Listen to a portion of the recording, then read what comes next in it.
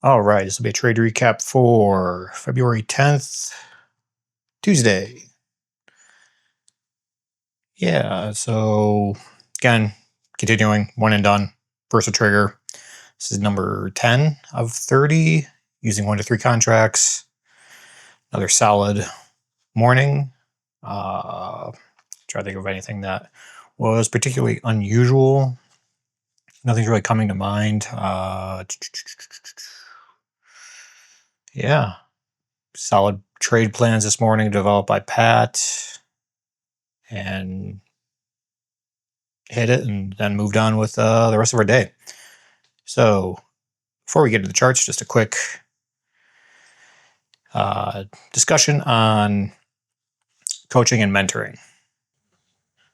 I am a student of this gentleman. This is Pat Mitchell. He is a professional day trader, though he originally was in blue collar work, and he has been in the markets for a little over a decade now.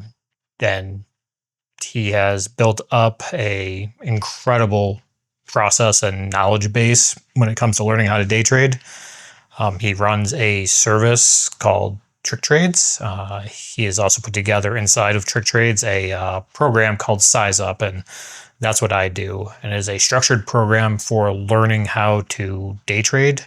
You start with a small cash account, and you basically build that up with your education, experience, and screen time to eventually hit different milestones and become a full-time professional day trader.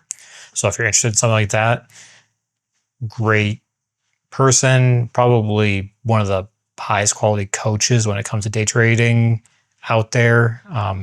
If not the highest quality.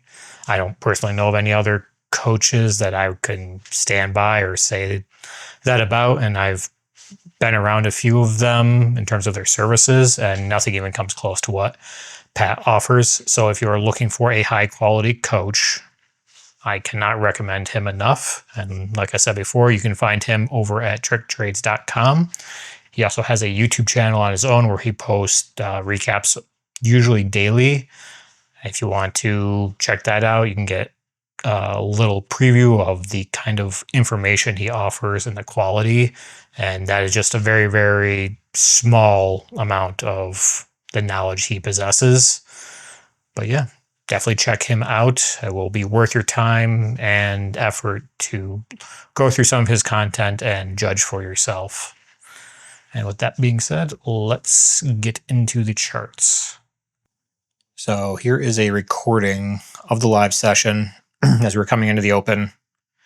As you can see, we have our daily chart here on the left, 1 minute intraday chart here in the center, order execution and management here on the right.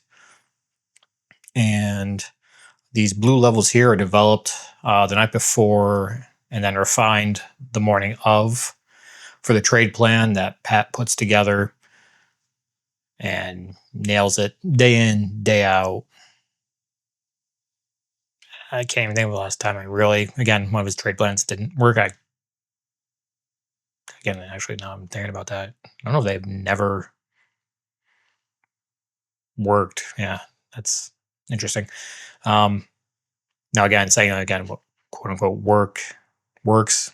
Again, people have different definitions of that, but there has always been a reaction at the levels he's plotted. So he is spot on that, as usual, and as you expect from your, again, coach. He knows the shit. He knows what he's doing. So I'll go ahead and play this. Both SPY and Qs were kind of opening up right in these channels. So it's one of those things where we were just watching and waiting to see which would hit first. So I ended up, again, SPY triggered first on the short. So that's the one that you'll see getting executed. So I'm going to hit play on this. So we're open, started dumping out on Qs, but coming up on SPY. And Qs didn't quite get close enough for me to execute, versus SPY came right up. There's the entry right there coming into the level. And then on that reaction, just giving it a second to kind of sort itself out, see what it really wants to do, look for a potential add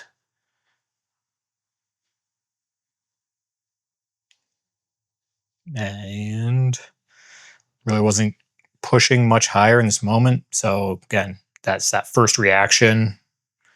So at that point, you kind of just have to, again, take advantage of that.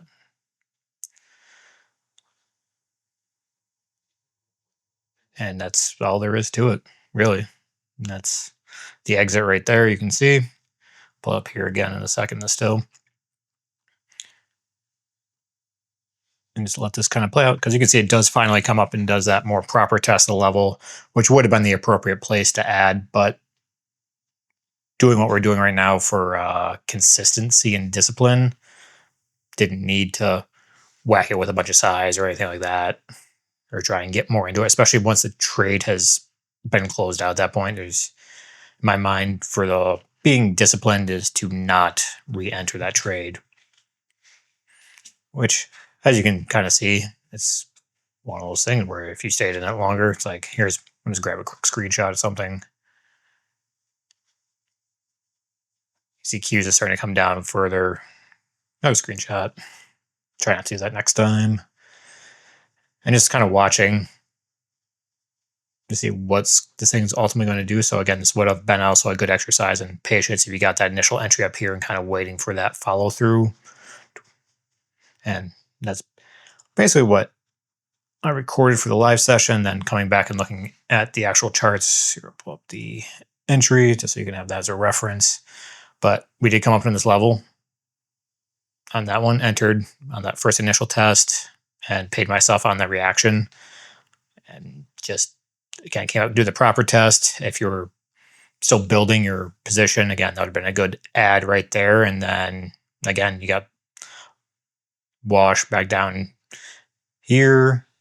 And that would have been a good place to pay yourself. Maybe held one, depending on the size of your position. But clear off most of it there and then just see what you can kind of extract from it. And as you can see, it came all the way down to this other level. And that would have been a really solid trade right there. So overall, was a little volatile in there in the beginning, trying to figure out what it wanted to do, especially at Qs. But both worked.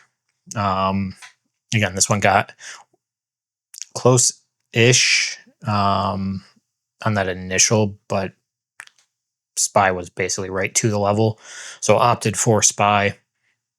Could I have held on longer? Yeah, probably could have. But on that first reaction, that's all you're really looking for, especially when there was a little bit of that divergence in the beginning where one's coming up and one's coming down. So ultimately, nah, it's one of those things where you don't necessarily need more than that. And that's the thing, is like, it gets people into probably more trouble than they realize, is that they're ultimately looking for more than they should be in a trade. They're trying to, it's not even necessarily hit a home run in terms of getting this massive P&L or whatnot. They're just expecting way too much of a move. And that's, again, something I'm very guilty of, especially in my earlier parts of my trading years ago. Super guilty of that. And it's one of those things where you do that and you get hit over the head, take a decent sized loss, and you kind of like, oh, I'm going to size down. Then you kind of grind back up to where you were just to do it again. And it's this pattern of behavior that you really got to break, because it does not do you any good whatsoever, because ultimately you'll spin your wheels to go nowhere. You get frustrated. You'll either quit, blow up your account, something will give eventually. So it's one of those good lessons to kind of recognize, or good patterns to recognize if you're doing that, to just be more structured. What's your strategy? What's your plan?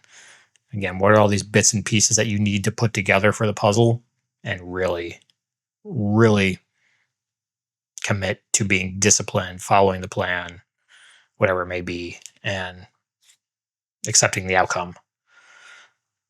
But yeah, that's more or less what I got on this one. Trying to think, everything still seems to be moving right along. But yeah, catch everyone for the next one, and see everyone later.